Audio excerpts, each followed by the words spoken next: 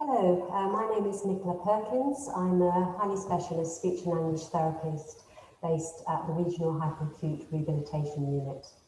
And my name is Karolina Wojcik. I'm a respiratory physiotherapist at Norfolk Park Hospital and the London Clinic. And we're here today to talk about the development and implementation of an integrated care pathway to manage oral saliva. So just a little bit of background first and a bit of information about the unit. The Regional Hyperacute Rehabilitation Unit, very hard to say, is a 24-bedded tertiary level 1A hyperacute rehabilitation service. And it has a specialism in the assessment and management of patients in a prolonged disorder of consciousness. And we also have 8 tracheostomy patient beds. And patients tend to come to us a couple of months, maybe after their tracheostomy insertion, and they will stay to us for about 3 months. And when they've come to us, there's often been a problem with decannulation, maybe failed decannulations, for example. So they often have quite complex tracheostomy management. So a little bit of background about the project, really. In 2017, we did a retrospective audit of patient data for those with a tracheostomy. And we found an interesting finding, actually, that those patients who were not being decannulated often had problems with oral saliva management. And there were issues, for example, you can see in this slide that where patients were requiring 2 or more medications for oral saliva, you can see in red that they actually were not being decannulated. And, you know, this was quite an important finding for us. And the other important thing that we noticed was that there was often very different approaches. And so perhaps one patient might go down one route of oral saliva management, like botulinum toxin, whereas another would not. And we felt this led to a bit of inequity between patients.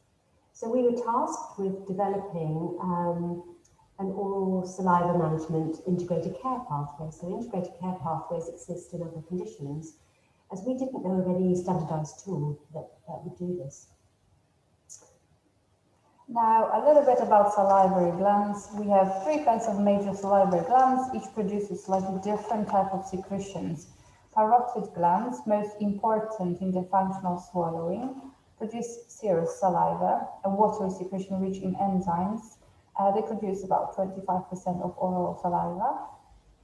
Sublingual glands produce 5% of overall saliva, which is mucus saliva, a viscous secretion containing no enzymes. And submandibular glands produce about 70% of the overall saliva. Medications used for secretions management in our setting are hyoscine 1.5 milligrams patch. Hyoscine is anticholinergic drug medication licensed for motion sickness, not licensed for oral secretion management. However, it is frequently used for this purpose, administered as 1 or 2 patches behind the ear. Glycopyrronium bromide or glycopyrrolate, also same group of drugs, starting dose of 200 micrograms, can be administered as tablets, oral solution, injection, capsules for inhalation, or powder for solution for iontophoresis. Glycopyrronium injections are licensed for preoperative use of dry secretions, to dry secretions. One brand of glycopyrronium oral solution is licensed for treatment of chronic drooling in children and adolescents with chronic neurological disorder. And also we use botulinum toxin type A, xeamine. Recommended dose for treatment is 100 units, 3:2 ratio between parotid and submandibular glands as an ultrasound-guided injection directly to the glands. It is now part of the national guideline for management of drooling in Parkinson's disease. So going back to the project then, well, this had 3 key phases. We had a development phase, an implementation phase, and an evaluation phase. So we think about the development phase, well, how to go about it, really. We drew on ICP literature, and we had to have some key considerations. Firstly, to establish a core advisory group and who to include in this group, how we could go about creating the tool, how much time it was going to take, and then once we'd created it, how we would implement it, and then very importantly, how to ascertain its effectiveness and analyse the data as well. And one of the core concepts behind the ICP really was to involve an MDT, because the team is so important in the management of tracheostomy patients. So, first of all, we did a detailed literature search, and we looked at the last 10 years in Medline, Embase, and the Cochrane Library. And quite a lot of literature, which we've got a reference list at the end, but a lot of literature in this area is on Parkinson's disease, motor neurone disease, and cerebral palsy as well. And some of the literature as well is showing quite a beneficial use of botulinum toxin. And we liaised with a local tracheostomy party, which consists of 2 doctors, 2 nurses, 2 speech therapists, and we also had 2 physiotherapists, of course, and a lead pharmacist as well as part of this group. And we got the go-ahead for the project from clinical governance, and we established a core advisory group. And we also got some expert opinion. We had our local EOT surgeon, Mr. Taran Tatler, and also a national expert on botulinum toxin, Dr. Ganesh Bethakati, give their opinion on the ICP. And we identified some key components for the tool via liaison with this group, face-to-face meetings. And eventually we created a consensus-based tool. I mean, it makes it sound easy. It took over 6 months. And of course, there were differences of opinion of what to include with the tool. But we feel that the final tool has a sort of balance of all those different opinions. And we had to do some awareness raising of the tool because it was a change of practice. So that involved education sessions. And eventually in October 2018, the tool was launched as a part of the tracheostomy ward round. So this is the tool. As you can see, it's a kind of algorithm, I suppose. And when patients come into the unit, they are triaged and identified if they have a difficulty with their oral saliva management. And this can be things like very high subglottic port levels. A lot of our patients have subglottic ports. And also we use some rating tools. We have the Murray secretion tool or the drooling severity tool. And if a patient has a higher score on these tools, then they are identified as having a difficulty in this area. And I'm just going to go through these tools in a moment. They then go on to the ICP, and we use a gradual titrating up or titrating down approach. You know, it could be, it's not necessarily linear. We might go back to do different approaches. But we then, at any point, if perhaps those different options are not working, we then might consider, okay, let's go down and consider maybe botulinum toxin as an option. And we also would consider the prophylactic use of PPIs if, when we are scoping, which we do routinely as part of our tracheostomy ward round, and we can identify there's a problem with reflux. So I mentioned we use some rating tools for secretions, and the Murray tool is, you know, it's very good to be using that as part of the tracheostomy ward round as patients are routinely scoped. And if a patient gets a score of 2 or more, we can see that they may have a problem with oral saliva management. And the drooling severity scale is also, it was quite a favour actually for the doctors as part of our core group. And if patients are identified perhaps as having a drooling difficulty, severe or frequent drooling, then they're identified as being needing to go onto the ICP. So just thinking about the implementation then of the ICP. So I mentioned already that we did some education sessions on the ward, and the ICP was included and is still being included as part of the tracheostomy ward round, which occurs once a week. And we added the ICP document to the existing tracheostomy pro forma. And as with any change in practice, you often need an ICP champion if you're implementing a new ICP. And I took on that role for the first few weeks in order to triage any difficulties that occurred. Then we think about the evaluation phase, and in order to do any new change in practice, we need to evaluate it with a pre and a post assessment, and that is absolutely essential. So what methods did we use? Well, I already mentioned that as part of the ICP, we had the Murray tool and we had the drawing severity tool. And the idea was that we would do that on admission, and then we would do that prior to decannulation or prior to discharge in order to ascertain whether there had been any changes there. And we looked at the millimeters in the subglottic port, and part of the analysis of that was quite a tall order actually. We looked at the average volumes at 4 weeks, 3 weeks, 2 weeks and 1 week prior to decannulation or prior to discharge. So that was a lot of analysis of nursing notes. And then a very important issue with the ICP was that we wanted to make it a more timely, targeted approach for secretion management. So we looked at the number of days for admission to the commencement of pharmacological management. And then we also were interested in the number of days for admission to what we hoped would be decannulation. So the analysis, we had that 2019, I refer to 2019, but actually the project actually started October 2018, and we went on for 12 months. So we had the ICP in place, and we actually still have it in place, and there were 37 patients. And then we also had that previous data, which we mentioned at the beginning, and that was from 2016, which was 12 months. So we thought we'd make a comparison between those two data sets. And interestingly, we had exactly the same number of patients. And Karolina is also going to talk about some other data that was quite comparable as well. Comparable male-female ratio, 22 male and 15 female in 2016, 21 male, 16 female in 2019.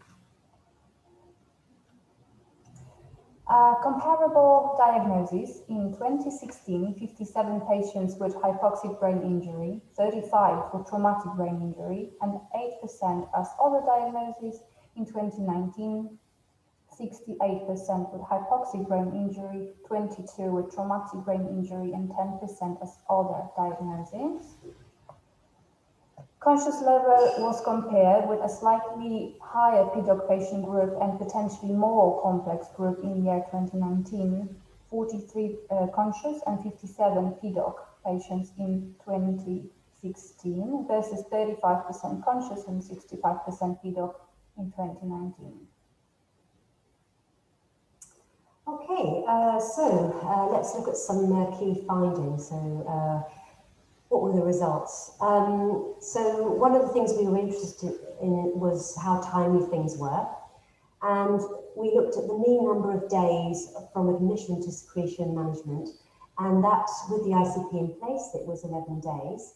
And I mean, we still feel that probably is too long, but when we look back to the 2016 data, it was a mean number of days of 14. So that was a 3-day improvement. And I mentioned as well the analysis of the millimeters from the subglottic port, and we looked at the mean reduction from 4-week mark to the 1-week mark pre-decannulation. And the mean millimeter reduction with the ICP in place was 18 mils, and of course that is affected by an outlier where we had somebody that had very high subglottic port amounts. But in percentage terms, that was a mean percentage reduction of 88%. And when we compared it to 2016, we can see the mean millimeter reduction is 5 mils, with a percentage term of mean reduction 77%, so it's 11% improvement. So how does this translate to decannulation rates? Well, we had 25 out of 37 patients, 68% decannulated in 2019. And when we compare this to 2016, we had 20 out of 37, so it's 54%. So we can see that there was 14% improvement. But we were interested in perhaps what was the secretion or the medication requirements for these patients. We can even see some positive findings here where we have patients with slightly higher amounts of saliva medications who are being decannulated. And then we compare it to 2016, where there was a slightly higher ratio of patients on 2 or more medications who were actually not being decannulated. So we felt that was quite a positive finding. And from admission to decannulation was a very interesting finding for us. It was actually a mean number of 45 days, because when we compared it to the previous data, it was 38, so it's actually longer. And we had a hypothesis for this. We thought that maybe using the ICP, when you're discussing and you're titrating up and down and considering different options before hopefully you get a successful outcome, which is decannulation, potentially that might actually take longer. But I guess we need to see and analyse data further in order to see if this is the case. 2019, we mentioned that we use the Murray ratings score. And unfortunately, we only have this data for 2019 because in 2016, that wasn't routinely being used. So, but there's even some positive findings here, where we have 10 patients who on admission scored 3, the highest score in the Murray tool. And when they were decannulated, or prior to discharge, they were scoring a 1. But very annoyingly, you can see that there were patients who were not being routinely scoped again before discharge or decannulation. And this is a human factor. You know, a tool is only as good as people who are using it. And, you know, ideally, in order to make a comparison, we need to ensure that we have those tools being used throughout the process. So in summary then, you can see the mean number of days from admission to secretion management, if the patients required secretion management, reduced by 3 days, a mean number of 3 days. We saw 11% mean improvement in reduction in saliva volumes. And in terms of decannulation rates, we had a 14% improvement. 3-day reduction in from admission to secretion management. Well, so what? I mean, it's not a huge amount of time, but when you think about the costs of managing tracheostomy patients, I think from passing year, we were looking at, it was $265,000 for 29 days. And when our patients are on tracheostomies for 3 months or longer, that's an enormous cost. And if we can successfully think of ways in order to improve decannulation rates, well, that not only is a huge cost saving, but has enormous implications for quality of life. And even if patients are not decannulated, if we are managing their saliva and we could allow them to have longer periods of cuff down, perhaps speaking valve trials, this has enormous implications for patients' quality of life. So we thought we'd look at a couple of case examples just to show with the ICP in place where it was used perhaps very well and perhaps where it was not used quite so well. We had a 47-year-old patient who had traumatic brain injury with subarachnoid hemorrhages and multiple fractures. And he came to us 2 months post his injury. His cuff was inflated for 24 hours and he had quite a significant problem with secretion management. He was averaging 47 mils from his subglottic port. He was already on glycopyrronium, 600 mcg. But when he came to us, he was rating a Murray 3, so he immediately went on to the ICP. And on the ICP process, we added a patch of hyoscine, but there was actually no improvement in the saliva volumes. They were still very high. So it was through team agreement that we decided to go down the route of botulinum toxin to his salivary gland. And 1 week later, he then was decannulated and he underwent an intensive dysphagia program. And by the point of discharge, he was on a normal diet. Now I would like to present another short case study to show how difficult it can be to balance out the oral versus pulmonary secretions management, where there is no ICP, no structured approach.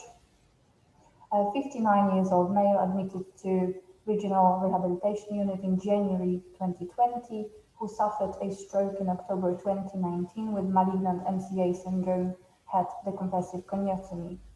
Admitted in low arousal state, tracheostomized on enteral feeding with copious amounts of oral secretions and previous hospital-acquired pneumonias. Patient started on hyacinth patch, developed drowsiness and decreased cough strength, and there was no change in oral secretions.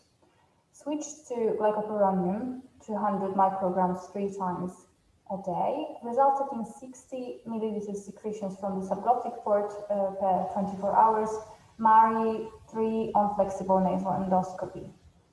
As per consultant's preference, glycopyrronium was titrated directly up to 800 micrograms TTS. Secretions decreased to 30 milliliters from the subglottic port. The patient was still scoring MARI 3 on FNE, unable to tolerate cuff-down trials. Mucolytics, in this case carbocysteine and nebulization, started in the view of increasing viscosity and retention of pulmonary secretions. Patient had some desaturation episodes. Daily physiotherapy was provided for chest clearance. Patient unfortunately deteriorated further due to hospital-acquired pneumonia. Drying agents were completely stopped. Carbocysteine and nebulizations continued, and obviously extensive chest physiotherapy input was provided to aid secretions clearance. Why am I bringing this case? Because I would like to talk about the balance between, from one side, the importance of drying oral secretions to avoid aspiration, and from the other side, the risk of increased viscosity of bronchial secretions as a result of administering drugs like hyoscine or glycopyrronium that have systemic effects. So those drugs are not specific to the muscarinic receptors of the salivary glands and cause unwanted effects in other tissues. And here, most importantly, thick bronchial secretions, or they can cause sedation that may have an impact of cough strength, especially hyoscine that readily crosses blood-brain barrier. Going back to the earlier mentioned balance, interestingly, the options to manage thick secretions are rather limited in comparison to the options to manage increased oral secretions. Discussions among the multidisciplinary team members about which of these opposing secretion problem is more troublesome will help achieve the best balance for the patient. There is currently little evidence to direct optimal secretion management, and effective management usually requires a combination of treatments, including respiratory physiotherapy. The optimal doses and delivery mechanisms for these treatments have not been standardized. However, with a high risk of side effects, the approach should be to start at a low dose and titrate up gradually as required and tolerated. Mucolytic agents such as NAC/NIBs or carbocysteine are effective and commonly used together with drying agents. But I am bringing this case because I would like to highlight perhaps the importance of early consideration for a targeted treatment, and here, for example, botulinum toxin instead of drugs that have systemic effect. So in summary then, we felt that there were some team reports really of increased awareness and also collaboration by using the ICP. And there was also some changes in practice. We were using the MARI rating tool. And as part of that process, we got a scope, we used a fee stack, and then this also was educational in terms of the trachea ward round.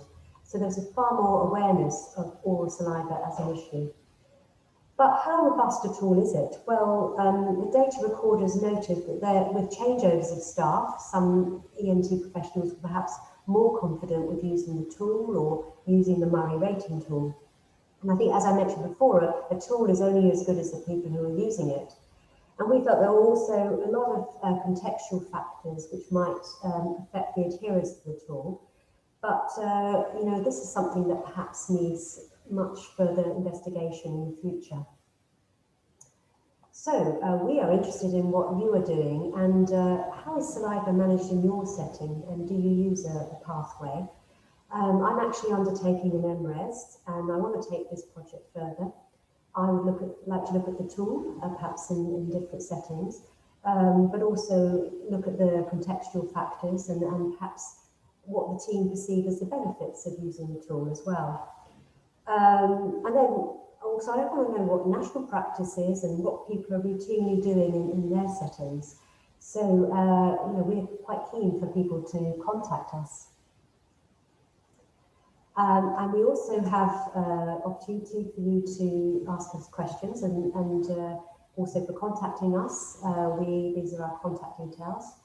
And I want to give special thanks to all these people and many more who've helped us in the process of developing this tool and implementing it. And we have a reference list as well in this area. Thank you very much. Thank you.